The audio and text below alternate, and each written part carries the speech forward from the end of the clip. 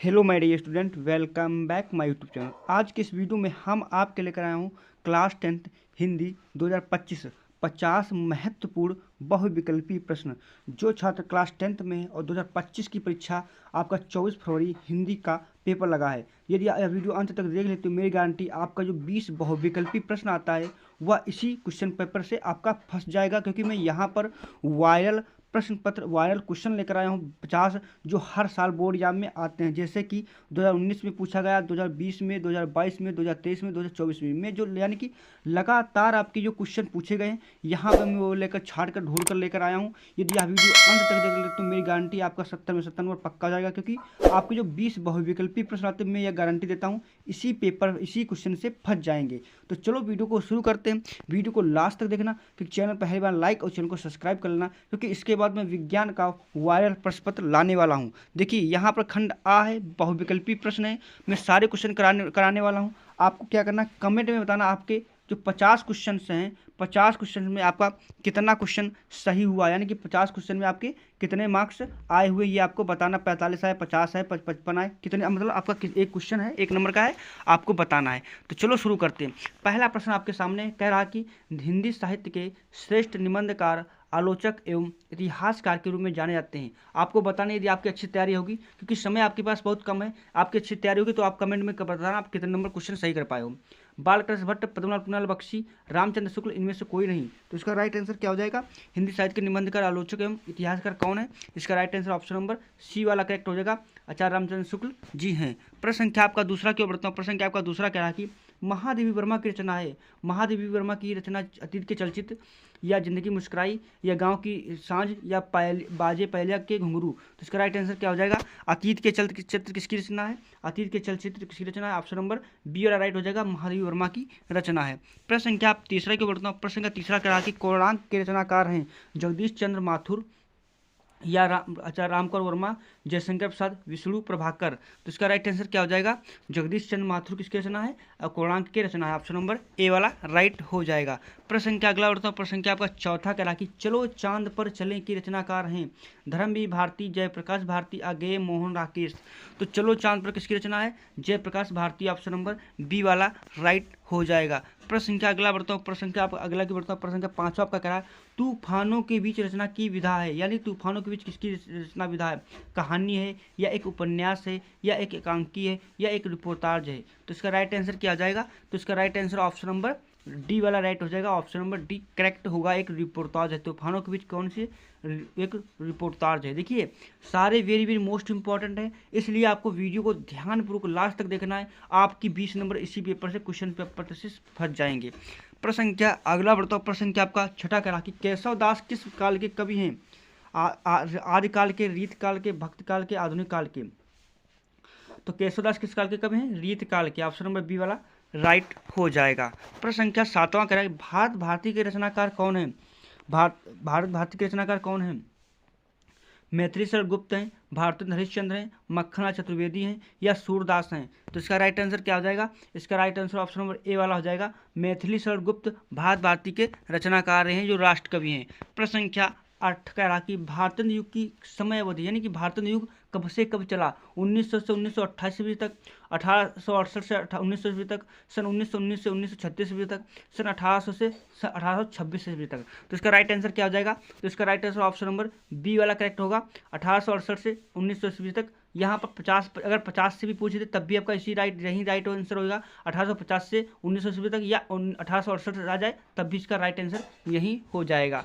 प्रश्न संख्या आपका 9 कह रहा कि सुमंत्रानंद पंथ की रचना नहीं है, यानी कि आपको उसमें बताना है सुमंत्रानंद पंथ की रचना कौन है। देखो ग्राम्य सुमंत्रानंद पंथ की रचना है, स्वर्णधुल भी सुमंत्रानंद पंथ की है, युगांत भी सुमंत्रानंद पंथ की ही रचना है। लेकिन जो कामायनी है जयशंकर प्रसाद का एक महाकाव्य है, ऑप्शन नंबर सी वाला राइट हो जाएगा।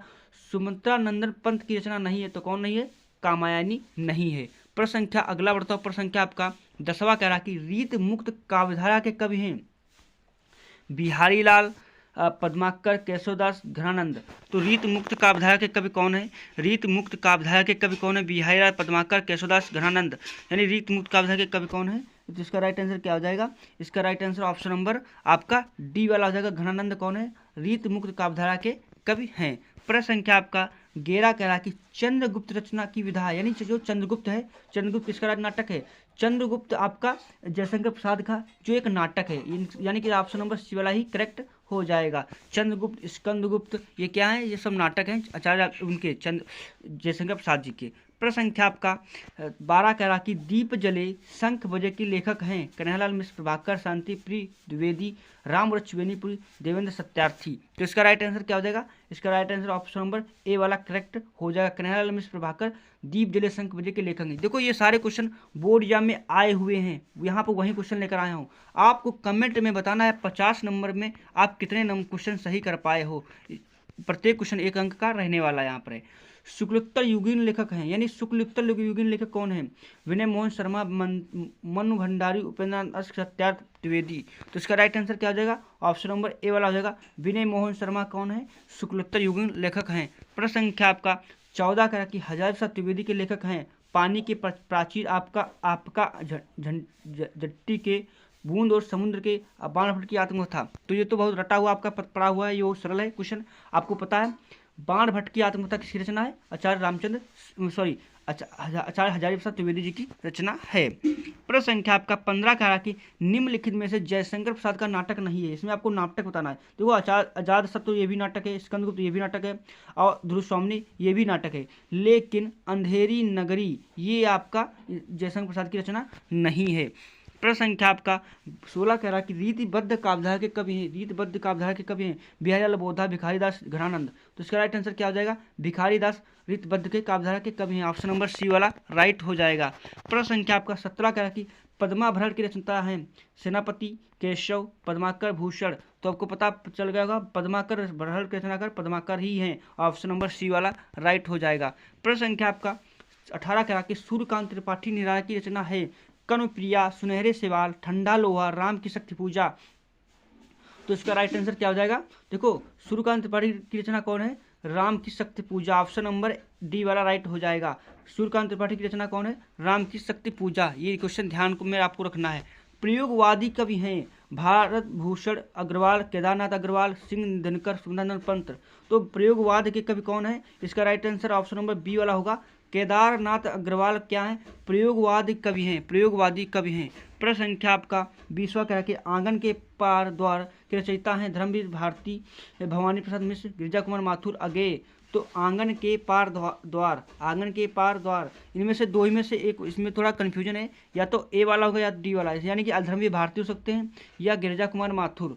तो इसका राइट आंसर क्या हो जाएगा? आंगन के पार धर्मवीर भारती। शायद जहाँ तक धर्मवीर भारती होगा, ऑप्शन नंबर ए वाला ही राइट होगा। आपको एक बार देख लेना है, यही राइट होगा, ऑप्शन नंबर ए वाला ही करेक्ट होगा, धर्मवीर भारती। प्रश्न संख्या आपका 21 कह के रक्षाबंधन नाटक के नाटककार हैं उपेंद्र नाथ अश्क, हरिशंकर प्रेमी, या रामकुमार वर्मा, या चतुर्सेन शास्त्री। तो इसका राइट आंसर क्या हो जाएगा? तो इसका right answer option number B वाला होगा। हरिकृष्ण प्रेमी क्या हैं? रक्षाबंधन के नाटककार हैं। प्रश्न संख्या आपका 22 कह कि रामधारी सिंह दिनकर की रचना है संस्कृत के 4 अध्याय, या आपको साहित्य और कला, अनंत आकाश, इंद्रजाल। तो इसका राइट आंसर क्या हो जाएगा? इसका right answer option number A वाला होगा। रामधारी सिंह दिनकर की रचना कौन है? संस्कृत के 4 अध्याय है। प्रश्न संख्या आपका 23 कह कि राग दरबारी रचना के उपन्यासकार हैं कमलेश्वर, श्रीलाल, अगेय, मेहता। तो इसका right answer option number B वाला हो जाएगा। श्रीलाल राग दरबारी की रचना का। देखो जो क्वेश्चन आपको नहीं पता है उसको आप दोबारा प्ले करके देख सकते हो, या एक उसको लिख सकते हो, याद कर सकते हो, क्योंकि मैं जो क्वेश्चन बता रहा हूँ ये बोर्ड में आए हुए क्वेश्चन हैं। यहाँ पे मैं फर्जी क्वेश्चन लेकर नहीं आया हूँ। शुक्ल युग के लिए अन्य नाम कौन से हैं? प्रसाद युग है, छायावाद युग है, प्रेमचंद्र युग है, इनमें से कोई नहीं, इनमें से सभी, यानी कि। तो इसका right answer option number D वाला होगा। इनमें से सभी शुक्ल युग के लेखक अन्य नाम कौन से हैं? प्रसाद युग है, प्रेमचंद्र युग है, छायावाद युग है, यानी कि तीनों हैं। प्रश्न संख्या आपका 25 कह कि विष्णु प्रभाकर किस युग के कहानीकार हैं? भारतेंद्र युग के हैं, छायावाद युग के हैं, द्विवेदी युग के हैं, या इनमें से कोई नहीं। तो इसका right answer option number B वाला हो जाएगा। छायावादी युगीन कौन है? विष्णु प्रभाकर जी हैं, इन्हें या आधुनिक काल युग भी कह सकते हो। इस प्रकार से हमने 25 बहुविकल्पी प्रश्न कराए हैं, वो भी कौन से? वो भी आपकी रचनाएं, 25 रचनाएं आपकी कराए हैं, वेरी वेरी मोस्ट इंपॉर्टेंट है। आपकी 10 रचनाएं इनमें से आने वाली हैं। इसके बाद में 25 क्वेश्चन आप कराने वाला हूँ ग्रामर के, जो आपका ग्रामर के 10 नंबर के आते हैं ना, वो यहाँ पे हिंदी ग्रामर के वो कराने वाला हूँ। तो आपको कमेंट बताना कि रचनाएं कितनी आपकी सही हुई हैं, और आपको बताना है कि ग्रामर में आपकी कितनी तैयारी है, कितने क्वेश्चन आप इसमें सही कर पाए हो। पहला प्रश्न आपका इसमें 26 प्रश्न करा के पुण्य पुण्य उकसाई अकुलाई देख दशा हर गन मुस्काई, उपयुक्त पंक्ति में कौन सा रस है, वीर रस है, हास्य रस है, या करुण रस है, या वात्सल्य रस है। तो आपको पता होगा यहाँ मुस्काई की बात आ गई, यानी कि हास्य रस ही होगा। ऑप्शन नंबर बी वाला राइट हो जाएगा। प्रश्न संख्या आपका 27 कह रहा, आहूत सी गिर पड़ी चिता पर चमक उठी ज्वाला सी, उपयुक्त पंक्ति में कौन सा अलंकार है। यहाँ पे आपको ये बताना है, अनुप्रास, उपमा अलंकार, श्लेष अलंकार, रूपक अलंकार। तो इसका राइट आंसर क्या हो जाएगा, राइट आंसर ऑप्शन बी वाला, उपमा अलंकार आहूत सी गिर पड़ी चिता पर चमक उठी ज्वाला सी। तो राइट आंसर बी वाला ही करेक्ट हो जाएगा। प्रश्न संख्या आपका 28 कह रहा कि दोहा छंद ठीक उल्टा छंद कौन सा है, यानी कि दोहे का उल्टा रूप आपको परिभाषा पढ़ा होगा सोठा की। दोहे का उल्टा रूप सोठा छंद कहलाता है। इसमें 4 चरण होते हैं, पहले तीसरे में 11-11 मात्रा और दूसरे चौथे में 13-13 मात्रा होती है। ये आपने पढ़ा होगा ना। तो इसका राइट आंसर क्या हो जाएगा, ऑप्शन नंबर सी वाला ही करेक्ट हो जाएगा। सोठा, दोहे का उल्टा रूप सोठा छंद कहलाता है।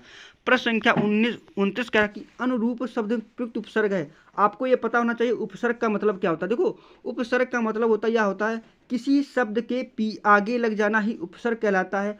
प्रत्यय का मतलब यह होता है किसी शब्द के पीछे लग जाना ही प्रत्यय कहलाता है। प्रश्न यहाँ पर कह रहा है कि अनुरूप शब्द में प्रयुक्त उपसर्ग है, यानी कि आपको उपसर्ग बताना है। तो देखिए, अनुरूप में रूप, देखो एक रूप क्या है कि मूल शब्द है, और रूप में क्या जुड़ गया, अनु। तो यानी ऑप्शन नंबर क्या हो जाएगा, ऑप्शन नंबर सी राइट हो जाएगा। उपसर्ग क्या है, अनु है। प्रश्न संख्या आपका 30 कह रहा कि रामकृष्ण में कौन सा समास है, अव्ययीभाव समास, द्वंद्व समास, क्रमधारय समास, तत्पुरुष समास। तो इसका राइट आंसर क्या हो जाएगा, तो इसका right answer option number B वाला हो जाएगा। द्वंद्व समास क्या है, एक आपका इसमें हो जाएगा। प्रश्न संख्या 31 कह रहा कि वायु समीन पर्याय है, सूर्य के, तारों के, हवा के, बादल के। तो इसका राइट आंसर क्या हो जाएगा, तो इसका right answer option number C हो जाएगा। हवा के, वायु, समीर और बयार क्या है, पर्यायवाची शब्द है, यानी एक अनैकार्थी शब्द है।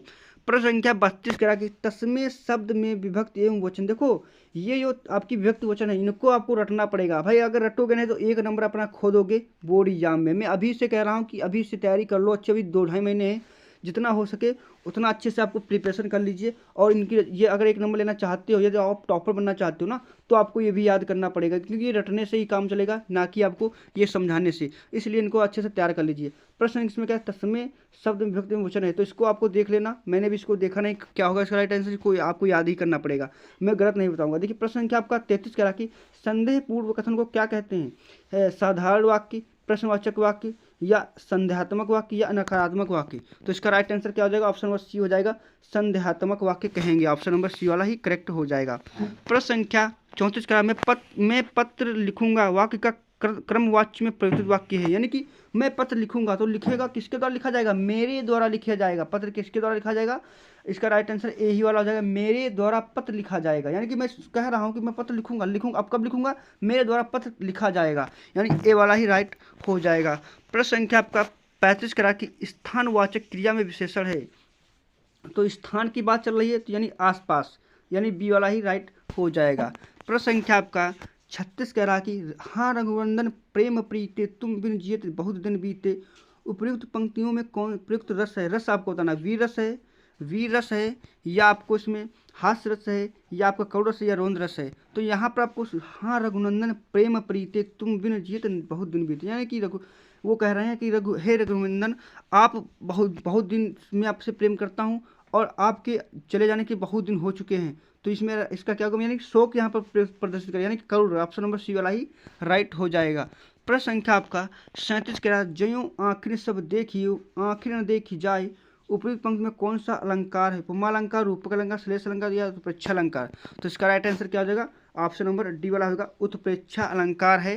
ज्यों आखिर सब देखिए आखिर न देखी जाए, यानी उत्प्रेक्षा अलंकार हो जाएगा। प्रश्न संख्या आपका 38 कह रहा कि सोठा छंद के पहले एवं तीसरे चरण में मात्राएं होती हैं।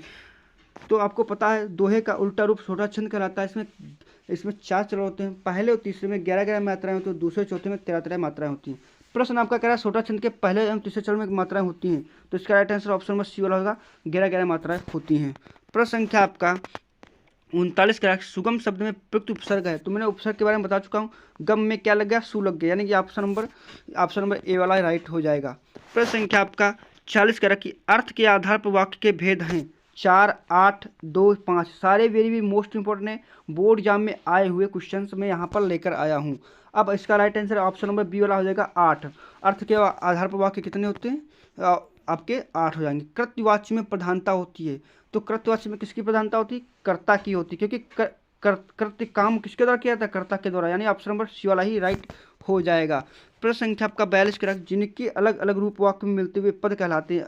विकारी पद, प्रत्यय, अविकारी पद, अव्यय पद, यानी अलग अलग रूप में मिलते हैं वो क्या कहलाते हैं? अविकारी पद, यानी अविकारी पद कहलाते हैं। क्या कहलाते हैं? ऑप्शन नंबर सी वाला ही राइट हो जाएगा। प्रश्न संख्या आपका 43 करा, पृथ्वी का पर्यायवाची शब्द नहीं है। भू, वसुधा, भूमि, जलज, तो कोई जलज आपको किसका है? आपको जल का, आपको जलज हो जाएगा पानी का, तो इसका right answer option number D वाला हो जाएगा। प्रश्न संख्या आपका 44 कह रहा कि अर्थ के आधार पर वाक्य के भेद हैं। अर्थ के आधार पर वाक्य के भेद हैं, ये आपके प्रश्न क्या हुआ? रिपीट हो चुका है, ये प्रश्न आपका रिपीट हो चुका है। आगे मैं बढ़ता हूँ, आपको पता है 8 होते हैं। कृत्यवाची में प्रधान, ये भी आपका रिपीट हो चुका है। प्रश्न संख्या आपका ये नहीं रिपीट हुआ। प्रश्न संख्या आपका 46 करके निम्नलिखित में से किस शब्द में अनु उपसर्ग का प्रयोग नहीं हुआ? यानी कि आपको बताना है अनु उपसर्ग का प्रयोग नहीं। अनुकरण, करण में अनु लग गया, अनुशासन में अनु लग गया, अनुवाद में अनु लग गया, उत्तीर्ण में अनु लग गया, यानी अनुवाद। ऑप्शन नंबर डी वाला राइट हो जाएगा। वाद कुछ होता नहीं, अनुवाद हो जाएगा, अनुवाद किसी में बदलना, तो ऑप्शन नंबर डी वाला राइट हो जाएगा। प्रश्न संख्या 47 करा कि नीलकंठ समस्त पद में प्रयुक्त समास है। द्वंद्व समास, बहुब्रीहि समास, द्वंद्व द्विगु समास या बहुब्रीहि भाव समास। इसका right answer option number B वाला हो जाएगा, बहुब्रीहि समास। प्रश्न संख्या आपका 48 करके बादल का पर्यायवाची शब्द नहीं है। नीरद, अम्बुद, जलद, जलज, तो इसका राइट आंसर क्या हो जाएगा? बादल का पर्यायवाची शब्द नहीं, कौन नहीं है? ऑप्शन नंबर आपका डी वाला हो जाएगा, जलज। जलज आपका जल का पर्यायवाची शब्द है। प्रश्न संख्या आपका 49 करा कि युष्मद् वितुम सर्वनाम शब्द का तृतीय एकवचन रूप है, तो इसका राइट आंसर ऑप्शन बी हो जाएगा। लेकिन इसको आपको क्या करना? रटना, याद करना है, क्योंकि ये आपके विभक्ति वचन है। प्रश्न संख्या विकल्पी का अंतिम प्रश्न है, इसलिए चैनल को लाइक और चैनल को सब्सक्राइब कर लीजिए। आपको कमेंट में बताना कितने आपके क्वेश्चन सही हुए हैं। 49 सही हुए, 48 सही है, 45 सही, कितने आपके सही हुए थे? आपके 40 से अच्छे से ऊपर सही हो गए, तो समझ लो आपकी तैयारी बहुत अच्छी है। तो आपको कमेंट में बताना। अब लास्ट में करने वाला हूँ, इसके बाद विज्ञान का वायरल प्रश्न पत्र लाने वाला हूँ, इसलिए चैनल को लाइक और चैनल को सब्सक्राइब भी कर लेना। प्रश्न आपका लास्ट अंतिम करा कि वह अचानक चला गया। वाक्य में प्रयुक्त अचानक पद का व्याकरण परिचय है, तो आपको पता है चला कौन गया? अचानक चला गया ना, अचानक चला, क्रिया की विशेषता बता रहा है, यानी क्रिया विशेषण। ऑप्शन नंबर सी वाला राइट हो जाएगा। तो वीडियो अच्छा लगा लाइक, चैनल को सब्सक्राइब कर लेना ऐसे ही वीडियो पाने के लिए।